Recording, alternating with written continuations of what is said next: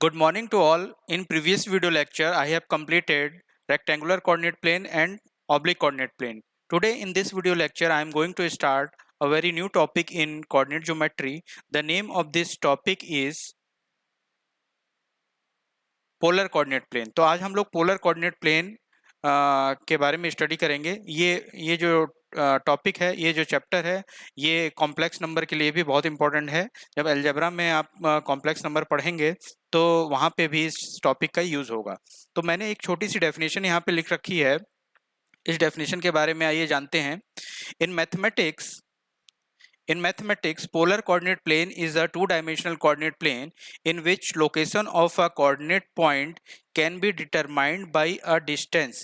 Distance को यहाँ पे रेडियल वेक्टर r से रिप्रेजेंट कर रखा है मैंने, from a reference point pole and an angle. Angle को मैंने वेक्टोरियल एंगल नाम दिया है, जिसको थीटा से रिप्रेजेंट कर रखा है, ठीक है। And from a reference direction को पोलर एक्सिस कहते हैं या इनिशियल लाइन, ठीक है। इन सभी चीज़ों को हम लोग पोलर कोऑर्डिनेट प्लेन प्लॉट करके जानने की कोशिश करते हैं। तो यहाँ पे मैं सबसे पहले एक पोलर कोऑर्डिनेट प्लेन ड्रॉ करूँगा।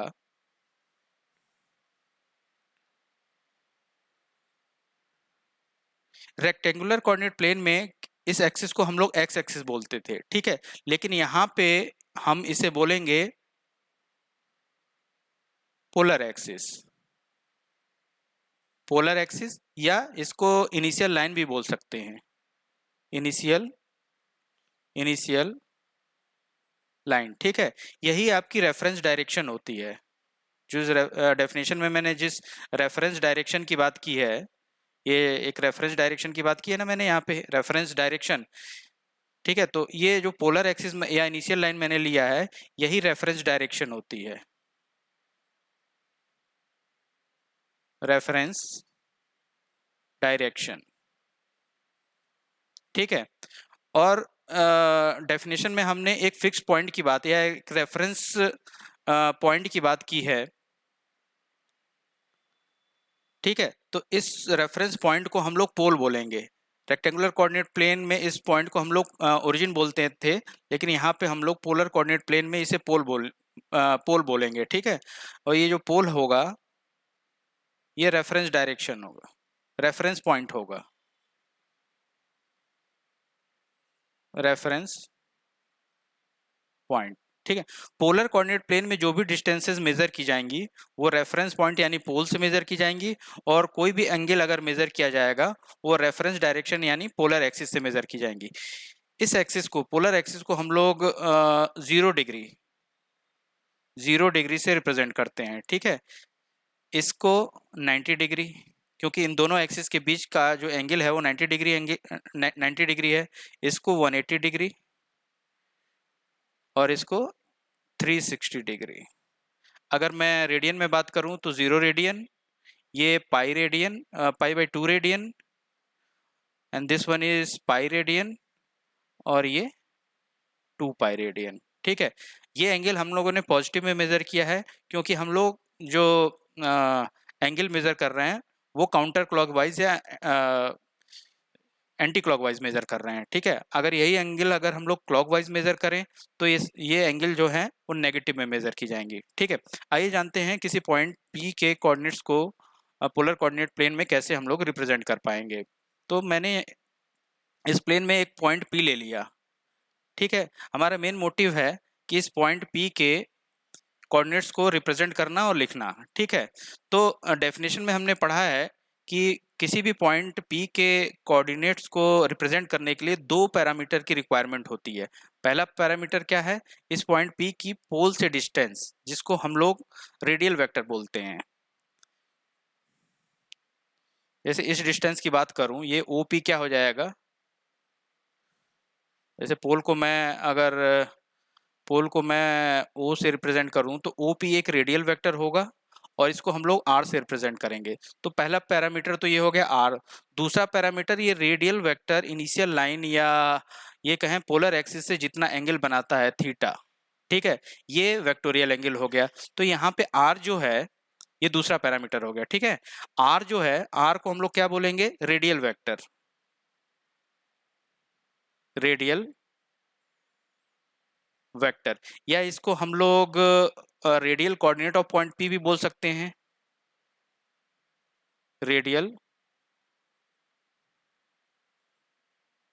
कोऑर्डिनेट ऑफ पॉइंट पी, या सिंपली इसको अगर हम बोलने की कोशिश करें तो इसको सिंपली रेडियस भी बोल सकते हैं। रेडियस, ठीक है। यहाँ पे थीटा को क्या बोलेंगे? थीटा को वेक्टोरियल एंगल बोलेंगे, वेक्टोरियल एंगल, वेक्टोरियल एंगल या angular coordinate of point P, angular coordinate of point P, and sometimes we can call it as azimuth, इसको azimuth भी बोल सकते हैं, ठीक है। तो ये दो पैरामीटर रेडियल वेक्टर और वेक्टोरियल एंगल हमें मिल गया। अब हमारा नेक्स्ट स्टेप है कि हम इस पॉइंट P के कोऑर्डिनेट्स को किस तरीके से रिप्रेजेंट करें, ठीक है। तो इसको जानने के लिए I need some space, I have to erase this,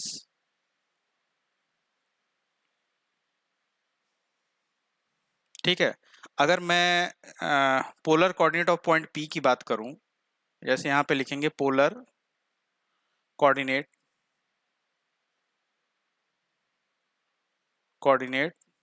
of point P की बात करूं तो ये क्या हो जाएगा, एक इस हम लोग लिख सकते हैं एक छोटी सी डेफिनेशन इसके लिए, ऑर्डर पेयर ऑफ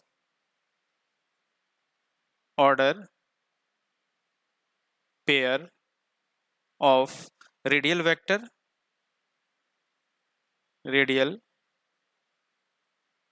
वेक्टर जिसको R से रिप्रेजेंट किया है, order order pair of radial vector R and vectorial angle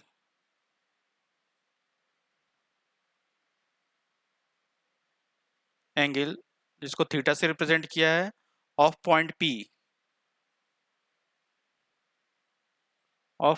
P is called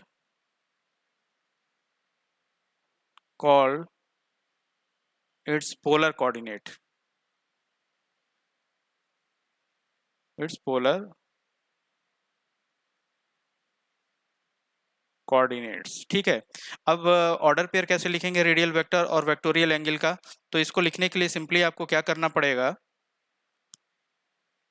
round bracket के अंदर सबसे पहले रेडियल वेक्टर लिखो, रेडियल वेक्टर को R से रिप्रेजेंट किया है, एंड कॉमा लगाओ, एंड उसके बाद वेक्टोरियल एंगल लिखो, वेक्टोरियल एंगल को थीटा से रिप्रेजेंट किया है।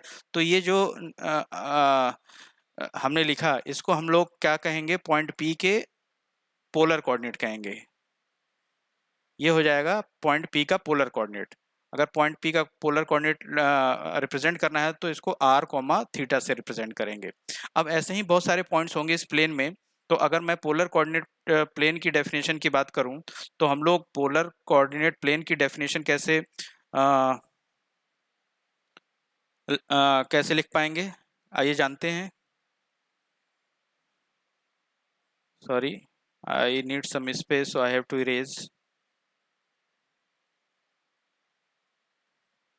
अगर मैं पोलर कोऑर्डिनेट प्लेन की बात करूं, यहाँ पे जैसे polar coordinate plane, polar coordinate plane, अगर मैं पोलर कोऑर्डिनेट प्लेन की बात करूं तो इसके डेफिनेशन को हम लोग कैसे लिख पाएंगे? सिंपली लिखेंगे set of all order pair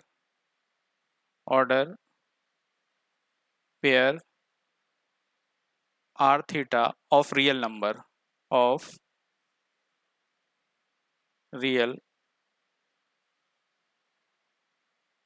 number is called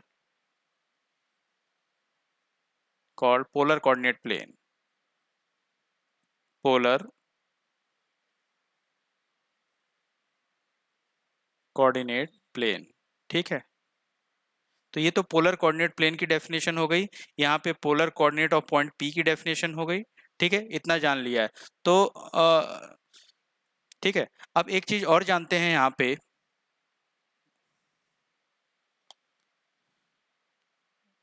I need some space, I have to erase. जैसे मान लो कोई पॉइंट पी, कोई पॉइंट क्यू यहाँ पे हो, पॉइंट क्यू है, इसके पोलर कोऑर्डिनेट्स को हम लोग कैसे लिखेंगे? तो सबसे पहले हमें लिखने के लिए रेडियल वेक्टर की जरूरत पड़ेगी। रेडियल वेक्टर क्या है? पॉइंट क्यू की पोल से जो डिस्टेंस है उसको रेडियल वेक्टर बोलेंगे हम लोग। ये जो ठीक है, जैसे मैं इसको ड्रॉ करने की कोशिश करूं तो ये जो है, जैसे मान लो ये आर है, आर है। दूसरा हमें एंगुलर कोऑर्डिनेट की जरूरत पड़ेगी, हमने आर लिख दिया यहाँ पे, एंगुलर कोऑर्डिनेट की जरूरत पड़ेगी। तो ये जो एंगुलर कोऑर्डिनेट को कैसे लिखोगे? इस पॉइंट क्यू का रेडियल वेक्टर इनिशियल लाइन या पोलर एक्सिस से जितना भी एंगल बनाता है, तो ये वाला जो एंगल, ये वाला जो एंगल होगा, इसको हम लोग कैसे रिप्रेजेंट करेंगे? माइनस, जैसे मान लो थीटा है ये, माइनस थीटा। क्यों हमने माइनस क्यों लगाया? कि इस पोलर कोऑर्डिनेट प्लेन में जो भी एंगल पोलर एक्सिस से क्लॉकवाइज डायरेक्शन में मेजर की जाएंगी वो सब नेगेटिव में मेजर की जाएंगी, और जो भी एंगल हमें एंटी क्लॉकवाइज डायरेक्शन में मेजर करना है वो पॉजिटिव में मेजर की जाएंगी। तो पॉइंट क्यू के कोऑर्डिनेट्स को हम लोग क्या लिख सकते हैं? R minus theta. ठीक है, जैसे मान लो कोई पॉइंट, जैसे मैं जैसे पोल के कोऑर्डिनेट्स को लिखने की बात करूं, तो पोल पोल पे अगर कोई पॉइंट है तो उसके लिए रेडियल वेक्टर क्या हो जाएगा? 0 हो जाएगा। तो पॉइंट पोल के कोऑर्डिनेट्स को हम लोग कैसे लिख पाएंगे? पोल के कोऑर्डिनेट्स को अगर लिखना है तो इसके कोऑर्डिनेट्स को सिंपली हम लोग लेंगे, आर 0 हो गया, और यहाँ पे एंगल के बारे में हमें मालूम नहीं है एंगल क्या है, तो यहाँ पे थीटा लिख देते हैं। तो ये पोल के coordinates, coordinates of pole, coordinates of पोल।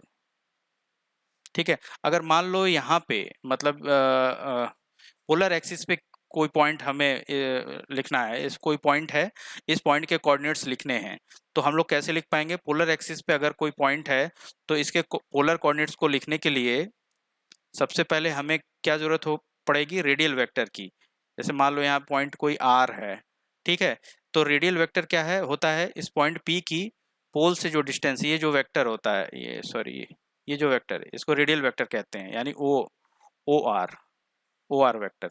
अगर ओ आर वेक्टर का मैग्नीट्यूड लें तो ये, इसको मान लो हम लोगों ने आर से रिप्रेजेंट कर दिया, आर से। ठीक है, और ये जो रेडियल वेक्टर है वो इनिशियल लाइन से कितना एंगल बनाता है? 0 डिग्री बनाता है। ठीक है, रेडियल वेक्टर और इनिशियल लाइन या पोलर एक्सिस के बीच एंगल कितना है? एंगल 0 डिग्री है या 0 रेडियन है। तो यहाँ पे हम लोग सिंपली आर 0 लिख देंगे। ठीक है, तो आर के कोऑर्डिनेट्स इस तरीके से हम लोग लिख पाएंगे। अगर मान लो यहाँ पे कोई पॉइंट है, यहाँ पे कोई पॉइंट है, और मान लो ये पॉइंट एन है, तो एन के कोऑर्डिनेट्स को हम लोगों को लिखना है तो कैसे लिख पाएंगे? जैसे मान लो ओ एन एक रेडियल वेक्टर है, और ओ एन का मैग्नीट्यूड जो है यहाँ पे, इसको हम लोगों ने आर से रिप्रेजेंट किया है, ये आर है, मान लो ये आर है। तो एन के कोऑर्डिनेट्स को हमें लिखने के लिए सबसे पहले रेडियल वेक्टर की जरूरत पड़ेगी जो कि आर है, और फिर वेक्टोरियल एंगल क्या लिखोगे? ये वाला एंगल, जो वेक्टोरियल एंगल क्या हो जाएगा? ये वाला एंगल इनिशियल लाइन से, इनिशियल लाइन क्या है? ये वाला, ये वाली एक्सिस जो है या पोलर एक्सिस से, ये इस पॉइंट एन का रेडियल वेक्टर जितना एंगल बनाता है, तो ये 90 डिग्री एंगल बनाता है या पाई/2 एंगल बनाता है, तो सिंपली आर कॉमा पाई/2 लिख देंगे। जैसे मान लो कोई पॉइंट, जैसे मान लो कोई पॉइंट यहाँ पे है, जैसे मान लो कोई पॉइंट एम मान लिया इसको, और ओ एम की वैल्यू क्या है? ओ एम की वैल्यू मान लो 4 है, यानी रेडियल वेक्टर का जो मैग्नीट्यूड है वो 4 है, यहाँ पे मान लिया ये 4 है। ठीक है, ये रेडियल वेक्टर है, 4 है। तो एम के कोऑर्डिनेट को आपको लिखना है, तो एम के कोऑर्डिनेट्स को क्या कैसे लिख पाओगे आप? एम के कोऑर्डिनेट्स को लिखोगे तो सबसे पहले रेडियल वेक्टर 4, और ये पॉइंट एम का रेडियल वेक्टर पोलर एक्सिस से कितना एंगल बनाता है? ये एंगल कितना हो जाएगा? ये एंगल पाई हो जाएगा, ठीक है।